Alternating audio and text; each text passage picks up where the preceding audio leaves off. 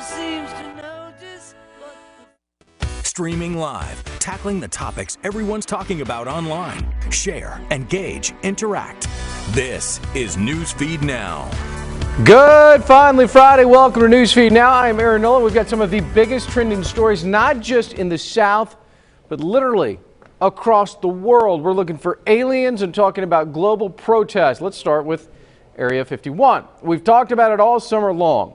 A joke on Facebook about storming Area 51 might still happen, and if it does, it's going to happen today. Last time I checked, about 1,000 people were there. We don't know how many more are going to show up, but for this joke turned internet storming of a suspected alien holding location in the middle of the desert, it is a big deal. Here's what we know with John Langolier. This was going to become it was a countertop, it has a stove, it has a toilet, we have a sink. Eric Huber and his son Stefan came from Orange County, California. They wanted to see for themselves. Just letting our inner nerd escape. This remote place in this far-off Nevada outpost. What's really out there? What's the secrecy?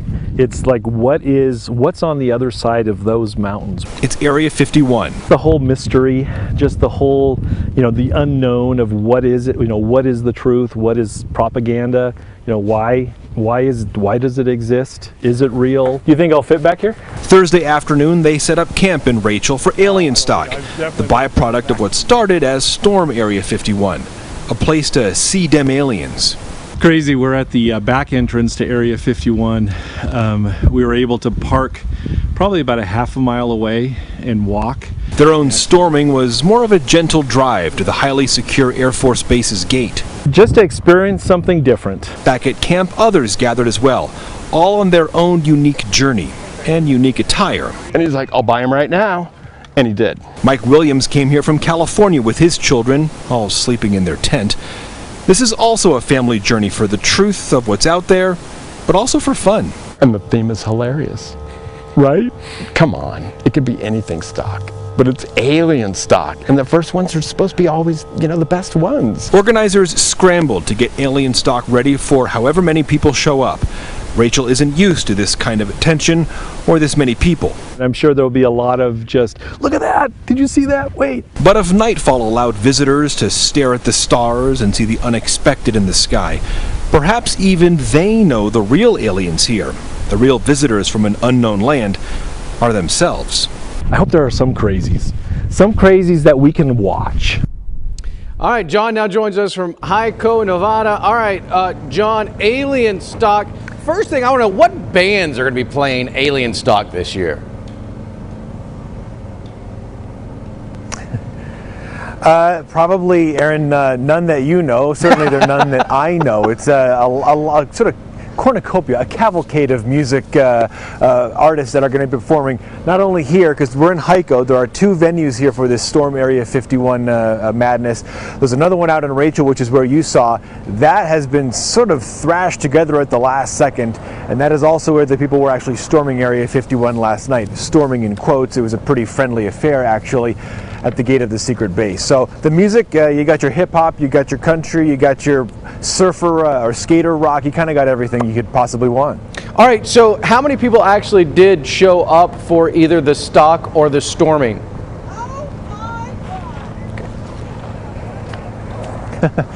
So last night out at the gate of Area 51, the back gate, which is near Rachel, Lincoln County, which is where we are, they told us about 100 or so, maybe a little less, people showed up at the gate. And of course the Air Force is there. It's an Air Force base, highly secretive. And they had costumes on, they had signs, and they were there about 3 o'clock in the morning, and then they, for the most part, came back. As for whoever else is here, we're still waiting to get a firm number. People keep strolling in and coming in, filtering in slowly, so we actually don't know. The numbers have ranged from a couple of thousand to a couple hundred. We should get a little bit more. We expect an update from organizers and from police here in about an hour or so. But again, this is just the beginning. This is supposed to last all the way until Sunday afternoon. All right, John, before you go, we've got to ask this question. Well, we've got a resident alien that just ran through our shot, but how many extraterrestrials have you seen, and are these guys really wanting some information? And finally, do we expect the United States to give out any information to these guys that are storming and stalking for aliens? Well, considering how long it took for the government to acknowledge the existence of Area 51 in the first place, I think expectations of getting any information from the Air Force in this environment pretty slim, maybe not at all. As far as any sighting of any aliens, I think the only extraterrestrials that are here in this part of town are all the people that are visiting from out of town and out of the country. They are sort of a foreign concept here in rural Nevada. That's about the only, I guess, alien that we've seen so far, except perhaps the one over my shoulder that you can see there. But we're still working on authenticating that one ourselves. Yeah, I have no doubt that you will dive into that as you phone home. All right, thank you so much. Appreciate you taking the time, John. Very good stuff. Finding out about storming Area 51. As far as the bands, I think Jefferson Starship. How about that? Josh, are you back there spinning tunes? What band would you expect to play Alien Stock this year?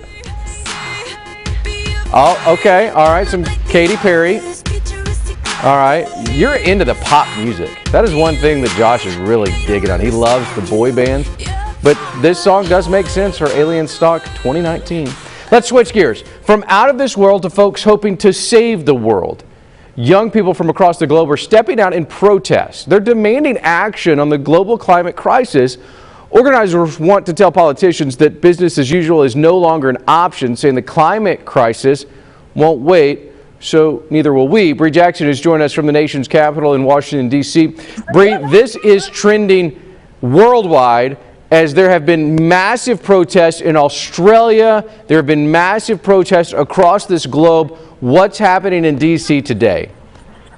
Well, we're seeing the exact same thing here in Washington, D.C. In fact, as you can probably see behind me, and I'll actually flip this over to give you a better look, but here's crowds that are gathering outside of the U.S. Capitol in Washington. Now, we spoke with several students already about why they've come out here, and they just said they are the future of the next generation when it comes to dealing with climate change. And so they're demanding action on that now. Is everything peaceful so far? And what are these folks asking specifically for from the United States government? So far, everything we're seeing out here is peaceful or has been peaceful. You got to keep in mind, these are students. A lot of these people are young people that are taking part in today's event. And so they're asking for things. They're saying that they want less use of fossil fuels, and they just want to lower the amount of energy that's being used. They're talking about recycling. They just want policies that help protect the environment, and that's what we're hearing a lot of the young people talk about. Did anyone there expect as many folks as you're seeing right now, or is this an unexpected number? You know, this is something that's been building up. We've seen that the young 16-year-old Greta has been on Capitol Hill this week. She held a rally last week in front of the White House. So it's something that's been building up. So we're not necessarily surprised by the number of people that are out here today, just because there has been a buildup moving into this. But then, you know, it's a Friday, and the fact that a lot of these are students that are out here, that's what's surprising. But some of the students I spoke with said that they are here with their schools, so they have permission to be here, and that their schools are actually encouraging them to be active in it. Bree, before you go, I want to talk about the united nature of what is happening right now. If I go to Twitter right now, the #1 trending topic is climate strike, #climate strike. And if I click on that, I see folks in South Africa. I see folks in Edinburgh. I see folks in Pakistan. And then there's in Philadelphia. This seems like it's a pretty united effort, which that seems somewhat surprising to me. Does that show the power of social media, how all of these people from across the world are able to connect and maybe come together with one thought in mind? Absolutely. It shows the power of social media and the power of getting a message out and rallying people together. And then it also shows the impact of climate change. What supporters are saying, it's a global issue that every nation has to take part in order to make a world better. That's what we're hearing from supporters out here today. So absolutely, social media plays a key role in these gatherings, but then it's also the strong belief that climate change supporters have, that they're trying to get people together across the world to show the importance of this issue to them. All right, Bree, thanks so much. We appreciate you taking the time here on Newsfeed Now. Matt, you said you've got a live shot set up, an aerial view. Is this from Boston, Massachusetts? Take a look at this. A lot of folks showing up here at this climate strike protest. Looks like they've got a stage set up. Thousands of people. I don't even have to try counting those. Definitely thousands of people showing up there. Back on Twitter, we're seeing, this is from, let's see, that one doesn't have a time on it. Here's more from Boston. A lot of folks there in Boston protesting. Interesting stuff. Of course, we'll continue to follow this and have more if anything happens. But as Bree Jackson just told us, it is all is quiet right now. It is a peaceful protest. I do want to show you this last picture, though. According to this Twitter user, the climate strike, this is the largest protest in Australian history. So it is everywhere right now. All right, third story for today. There are the men and women who protect our country, who put their lives on hold to fight for ours. Some make it home to see their family. The reality is others give everything. They give their all. A soldier without any known family received an emotional farewell Thursday in Middle Tennessee from hundreds of people he never met. Chris Bungard has the story. We can't let a veteran be by himself, even in death. We can't do it. While military honors unfolded from the Air Force and the Patriot Guard, almost all of the hundreds who watched had never known 57-year-old Lyndon Badgett or even heard of him until word spread this week that he died in Clarksville, Tennessee, without family or close friends. My dad and my stepdad are buried out here, so I had to come. Michelle Toddy's own dad was an Air Force vet like Lyndon Badgett. She was joined by Sandy Elliott, who did know the soldier being mourned. Sandy realized it after hearing news accounts. And said, Lyndon, I know him, and I grabbed my yearbook from high school, found his picture, and I was like, that's my Lyndon. While not knowing what happened to Lyndon Badgett after high school, Sandy remembered him as a joy to be around 40 years ago in Maryville, Tennessee. She had to be there for his goodbye. He played in the marching band, played saxophone. He served in our Key Club. He was in our junior ROTC for Air Force. I'm a high school teacher. Went to school, told my principal, and I said, I have to go. I have to be there.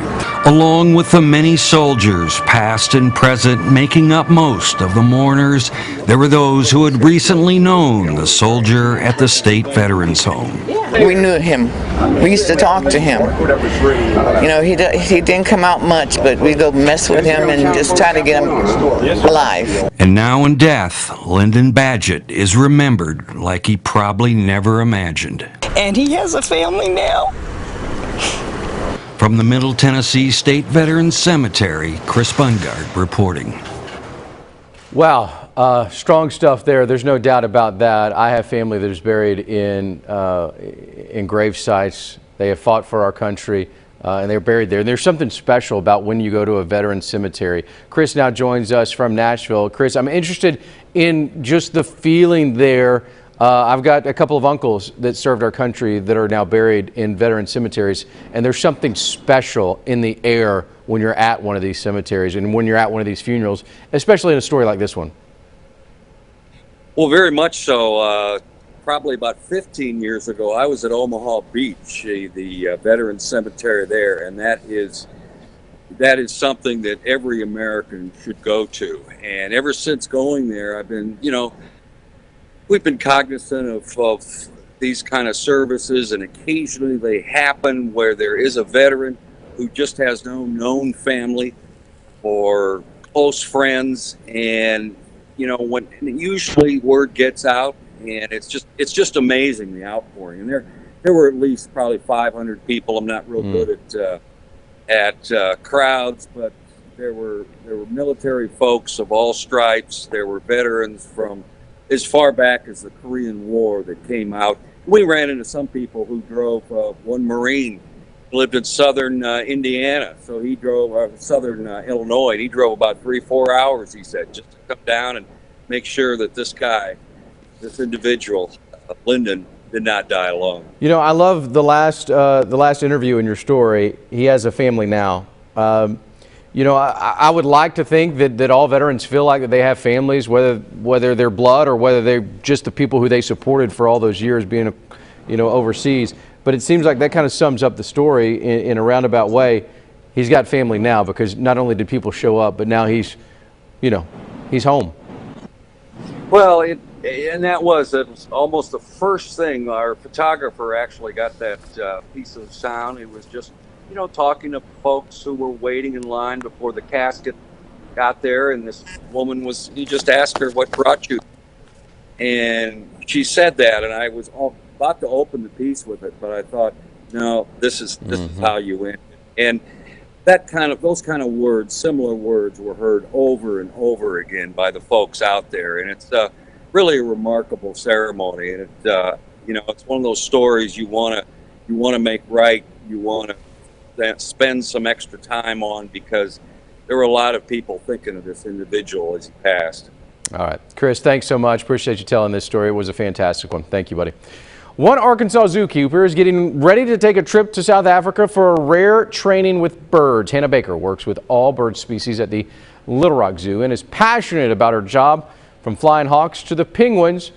She says these animals are like her co-workers, but Hannah's not your average everyday zookeeper. She's as rare as some of the almost extinct creatures she works with. There's a bird training certification board that certifies bird trainers that do work with exotic species in zoos like I do.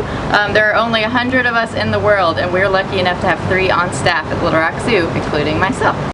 Wow, only 100 in the world. Michael Esparza now joins us here from Little Rock. All right, now first things first, I want to talk about the penguins, because there is a picture of you with a penguin, and you said that they're your spirit animal. Tell me why you love these guys. Yes, they really are.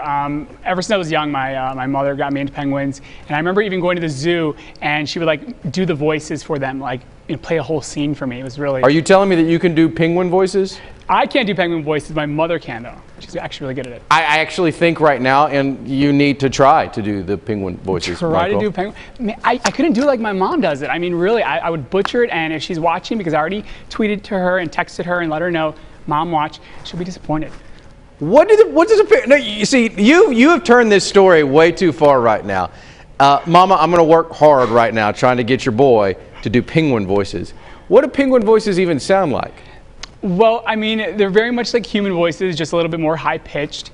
And she used to stand behind me, and like I said, it would be like a little novela there, like a little whole scene, and do the whole thing. It was fascinating. I remember. Well, I need to be fascinated today on this Finally Friday, Michael. If we had penguins here, I would definitely try. But I mean, I really have no one to oh my God. No, you don't have penguins here, do you? Do you think I have penguins here? You think I'm that good? You have everything. All right, so tell me about this zookeeper.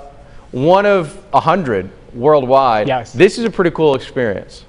Yeah, phenomenal woman, and really she goes above and beyond. One of the penguins there actually is named Phoenix, and it was the mother had abandoned the egg, and she went ahead and just did everything to take care of that Phoenix and get it back to nurture it till it grew up. And so it was really great just hearing her talk about that, and you could just see the passion in her. And then when she steps into the where the penguins are, they just kind of all flock to her. Interesting enough, she said that if I walked in there that they would bite me, and when I walked in, they didn't bite me. So. Oh, you got a very sweet spirit, right? I think so. You think so? All right, so we're looking at penguins of Madagascar. Let's see if their voices will inspire you. Oh my God. Come on, guys. I question nothing. Let's have the beach. Come on. All right, get in line. Get in line. Come on, we gotta go. We gotta go to the beach. Hurry up. That's not a penguin. What? I mean, I'm trying to do. Are you trying to overdub this? No, I'm trying to do the voices. Is that what your mom? Well, she did. I said she did a lot better. I mean, it was. Well, then try it, Michael. Okay. I've got time here. Okay, we won't even pull you up. We'll leave this image up, and you just talk over this. You're dubbing it. Go. Okay. Hey guys. Hey, come on. Let's go to the beach. Hurry up. Okay. Oh, so wait a minute. Oh, wait. Oh, Michael. Oh, Michael. Oh, no. I've been knocked out by a snowball. Oh, my goodness. Wait, I'm supposed to get in line and I'm supposed to waddle down the... Michael. What? Oh, hold on. You know, the sad thing is when I think of the penguin, I don't think of penguins of Madagascar. I don't think of anything like that. I think of the penguin, which is a Batman villain. And, this really shrill laugh. Yeah. Okay. All right. I guess you're off the hook. Well, thank you. Mama, I hope I served you proud. Michael Esparza, thanks so much. Appreciate you taking the time. A lot more on this story on Newsfeed Now. Right now, check out this link in our website. On our website is probably the right way to say that. That's it on this Finally Friday. Have a fantastic day, and if you see any aliens, snap a selfie. Word to the wise. See you next week.